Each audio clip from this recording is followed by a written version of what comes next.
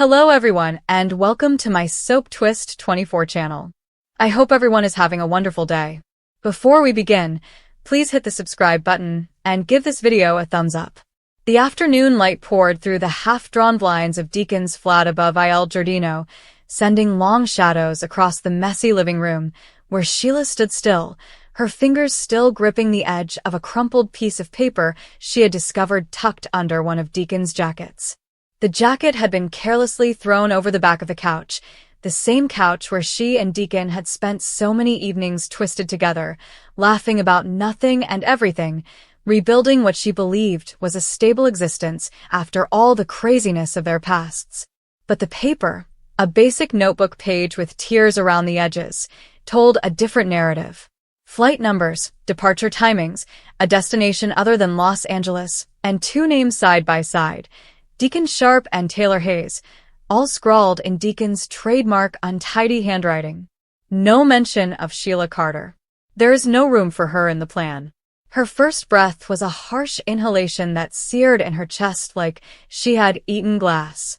SHEILA had always taken pleasure in her instincts, the way she could detect a change in the air before anyone else did, the predator in her never completely dormant even after years of attempting to prove she had changed.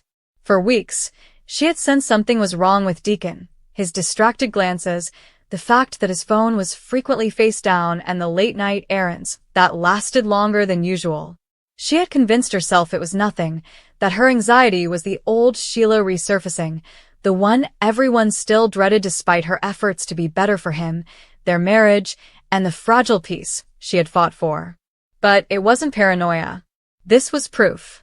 The paper trembled in her hand as she perused the information. A red-eye flight departs in 3 days. A tiny beach town up north, somewhere calm, somewhere they could vanish for a time. Deacon had scribbled in the margin, underlined twice as if to assure himself it was true. Taylor's name reappeared farther down, next to a message about packing light and leaving the drama behind.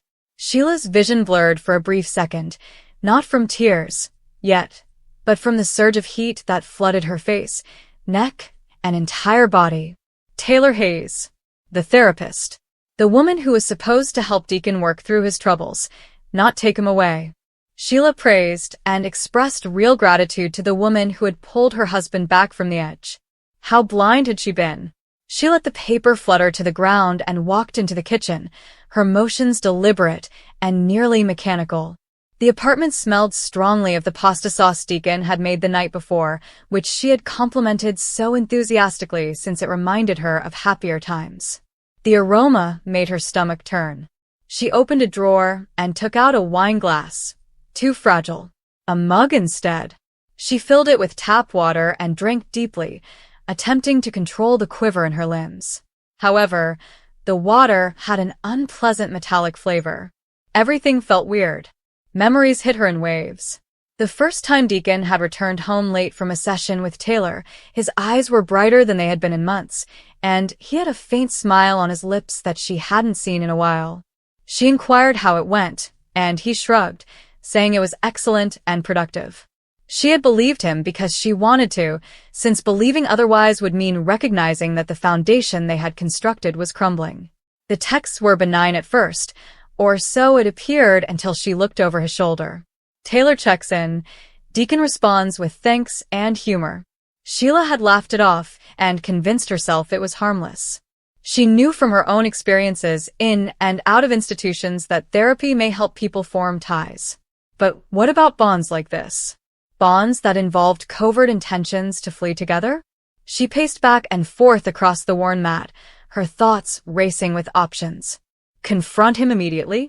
Wait and see, or acquire additional evidence. Follow them? The old SHEILA would have gone straight for violence, tracking down Taylor and ensuring she never saw another sunrise. But SHEILA, the one who had struggled for redemption, asked Finn to see her as a mother again, and vowed Deacon she would never be that monster. Paused. Not out of fear, but from something deeper, something that felt like loss was already seeping into her bones. The door clicked open, and Deacon went inside with a paper bag from the corner store. He appeared exhausted but satisfied, like he often did after seeing Taylor, and the revelation struck SHEILA like a smack. He came to a halt as he noticed her standing there, the mug still in her hand, water leaking onto the floor since she had neglected to put it down. "Hey," he murmured quietly, cautiously. "You're home early." She didn't respond immediately. Instead, she bent carefully, picked up the fallen paper, and presented it to him. The color drained from his cheeks so swiftly that it was almost amusing, if not so tragic. "Deacon," she whispered, her voice low and steady in a way that scared even her. "Explain this." He gingerly laid the package down on the counter, as if any quick movement would cause an explosion. "Sheila, don't lie to me," she interrupted. "Not now. Not after everything." He stroked his hair, a move so familiar it made her heart ache. "It's not what you think." "Then tell me what it is," she urged, stepping forward. "Because, from where I'm standing, it appears that you intend to leave me with her." Deacon's eyes met hers, and for a brief time, she saw raw and unadulterated shame. "Taylor and we've been talking. A lot. About life, about what we want. Things got complicated." "Complicated," SHEILA repeated, the word tasting harsh. "You mean you fell for her? It's not that simple, isn't it?" She laughed quickly and without amusement. "You booked flights. 2 tickets. No return date. That seems pretty simple to me." He turned away, embarrassment etched deeply into his cheeks. "I was going to tell you. I swear. I didn't know how." "You're going to tell me after you left?" Her voice rose despite her efforts to keep it down. "After you disappeared with the woman who's supposed to be fixing you, not taking you away from me?" "Sheila, please." "Taylor's not. Don't say her name," she yelled. "Don't you dare defend her right now." The silence between them was thick and stifling. Deacon approached her, reaching out, but she stepped back. "I love you," he stated quietly. "I do. But things haven't been right between us for a long time. You know that." "I know I've been trying," she said, her throat tight. "Every single day. I've stayed clean. I've stayed out of trouble. I've done everything to prove I'm not the person I used to be. And you repay me by sneaking around with Taylor Hayes?" "It's not about you not being enough," he told me. "It's about me. What I need. And what you need is her." There was no question. Deacon did not refute it. That stung more than anything. The real Dylan. Luna shrugged. She was collateral, like so many others. "I needed to get close. To watch you grieve. To remind you what you lost when you chose Steffi over me." Finn's mind raced. The confession had been a performance, the tears calculated. Every interaction a step toward this moment. He glanced at Hayes, still sleeping peacefully. Luna followed his gaze. "I wouldn't hurt him. He's my brother." "You're not my daughter anymore," Finn said, voice breaking. "You stopped being that the moment you picked up that gun." Luna's expression flickered. Hurt, then rage. "You abandoned me. All of you did. I just wanted a family. You gave me nothing but rejection." He stepped between her and Hayes. "Get out. Before I call the police." She didn't move. "You won't. Not yet. Because part of you still loves me. The part that hugged Dylan and meant it." The rain pounded harder. Finn felt the weight of every mistake, every moment he had failed to see the truth. Luna had played them all, slipping into their lives like a ghost wearing someone else's skin. The mask in his hand felt obscene, a grotesque reminder of deception. Luna took a step forward. "We can start over. Just you and me. Forget Steffi. Forget the Forresters. We can be what we should have been." Finn shook his head. "No. This ends now." He reached for his phone, but Luna was faster. She grabbed his wrist, strength surprising. "Don't make me hurt you, Daddy. I don't want to." In that moment, the door burst open. Steffi stood there, drenched, eyes wide as she took in the scene. The mask on the floor, Luna's real face, Finn frozen in horror. "What the hell?" Luna turned, smile twisting. "Hello, Steffi. Miss me?" Chaos erupted. Steffi lunged, but Finn caught her. holding her back as Luna backed toward the door. "This isn't over," Luna hissed. "I'll be back. For all of you." She fled into the rain. Finn slammed the door, locking it, then pulled Steffi close. Hayes stirred, confused. "Daddy." Finn knelt, holding his son. "It's okay. It's over." But he knew it wasn't. Luna was alive, maskless now, more dangerous than before. The woman he had forgiven, trusted, welcomed, gone, replaced by the monster he thought he'd buried. The scar on his soul reopened wider. In the days that followed, the truth unraveled slowly. Police searches, alerts, questions about the real Dylan's fate. Finn replayed every interaction, searching for clues he missed. Steffi blamed herself for not seeing it sooner. The family closed ranks, but the damage lingered. Trust, once shattered, was hard to rebuild. Luna vanished, but her presence haunted every shadow. Finn knew she was out there, plotting, waiting. The unmasking had revealed more than a face. It had exposed the fragility of forgiveness, the danger of compassion without caution. And in the quiet moments, when he looked at old photos of his daughter, he wondered if any part of the girl he loved remained, or if the mask had been the truest thing about her all along. The rain continued to fall over Los Angeles, washing away nothing. The nightmare wasn't over. It had simply shed one disguise for another. Finn held his family tighter, vowing never to be fooled again. But deep down, he feared the next mask might be even harder to spot. Finn stood frozen for a moment, the echo of his own breathing loud in his ears as the weight of what he was about to do settled over him. The dim light in the room cast long shadows across the walls, and for a fleeting second, doubt crept in. But too much had happened, too many lies and half-truths, for him to turn back now. Dylan had manipulated everyone, hiding behind a mask both literal and emotional, and Finn knew the truth had to come out, no matter the cost. His hand tightened around the edge of the mask. Dylan struggled weakly, muttering protests that sounded more desperate than convincing. Finn ignored him. He had replayed this moment in his mind countless times, imagining what he might feel when the truth was finally revealed. Anger, satisfaction, relief. Perhaps all of it. But nothing prepared him for what happened next. With one sharp motion, Finn ripped the mask away. The room seemed to tilt. Time slowed, stretching into something unreal as Finn stared at the face revealed beneath the disguise. His heart slammed against his ribs, and for a moment he wondered if he was hallucinating, if stress and exhaustion had finally pushed him too far. Luna. Her name formed silently on his lips, unspoken but heavy with disbelief. Luna, who had laughed with him in the sunlit courtyard of the beach house. Luna, who had comforted him during some of his darkest moments. Luna, who had sworn she wanted nothing but honesty, transparency, and peace. Luna, who had been Dylan all along. She didn't look at him right away. Her eyes were closed, lashes trembling as if she were bracing for impact. When she finally opened them, there was no defiance there, only a quiet, aching resignation. "Finn," she said softly, his name sounding different now, stripped of pretense. "I can explain."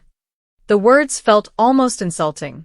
Finn let out a hollow laugh, stepping back as though physical distance might help him process the emotional blow. His mind raced, connecting moments that had never quite made sense. The disappearances. The convenient alibis. The subtle ways Dylan always seemed one step ahead. It had been Luna. "All this time," Finn said, his voice low and unsteady. "It was you." She nodded slowly. "Yes." The simplicity of her answer cut deeper than any lie could have.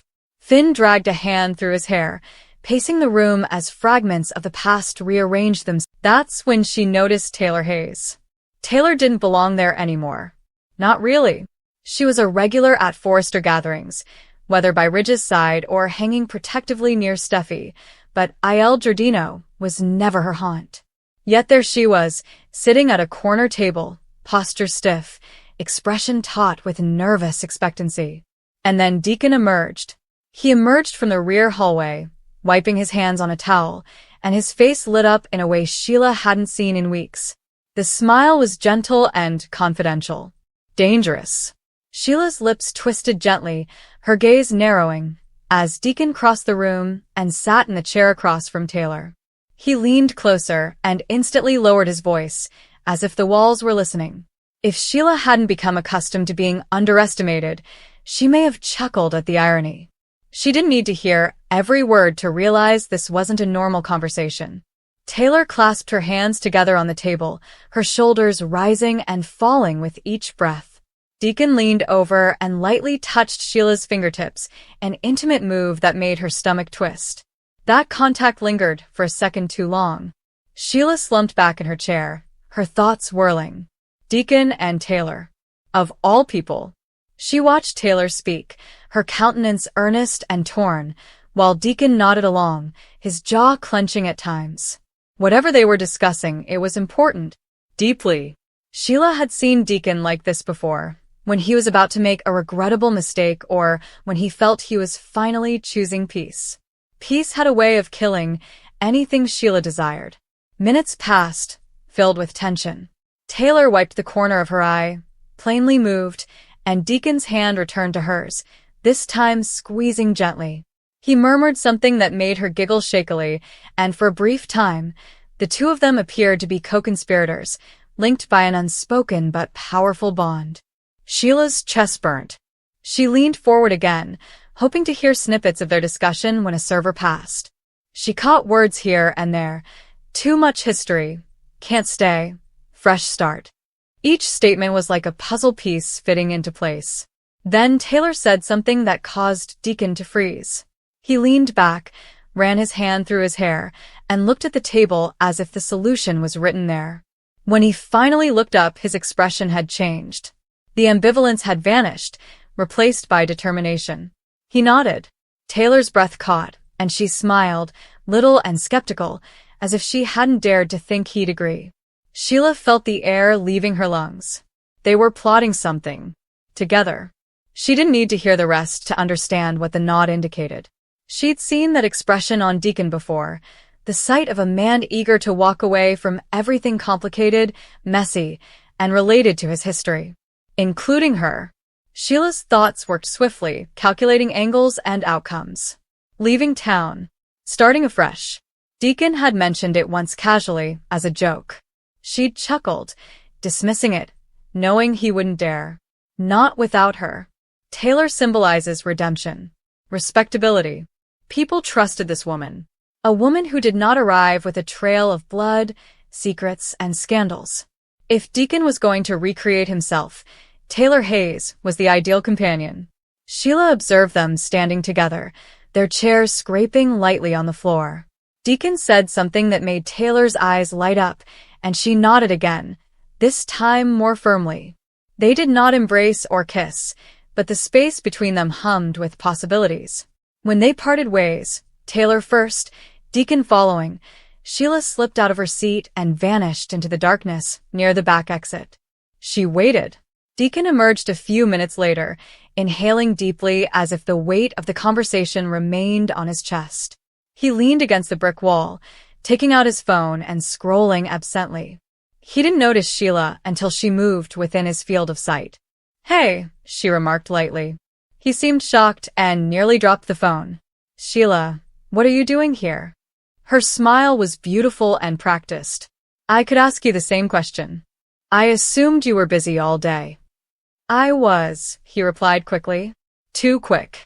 Just finished up. With Taylor?" SHEILA inquired, tilting her head. His face lost its color. SHEILA enjoyed the moment, the flash of panic in his eyes, the way his shoulders stiffened as if bracing for the impact. She had him, caught between the truth and lies. "You saw us," he replied quietly. "Hard not to," she said. "You weren't exactly hiding." Deacon exhaled and rubbed his temples. "It's not what you think." She chuckled quietly. "That is funny, because that looks exactly like what I think." He straightened, defensively. "We were just conversing. Are you planning to leave town?" SHEILA inquired, her tone still calm, almost amused. That did it. Deacon looked at her, astonished. How do you? I'm not stupid, Deacon, she hissed, and the edge slipped through. I recognize the signs. I know you. And I know Taylor Hayes doesn't see you in secret just to speak about the weather. The silence between them was thick and uncomfortable. Finally, Deacon stated, we were thinking about a fresh start. The word rang in Sheila's head like a gunshot. So where does that leave me? She asked. Deacon paused, and that pause revealed everything she needed to know.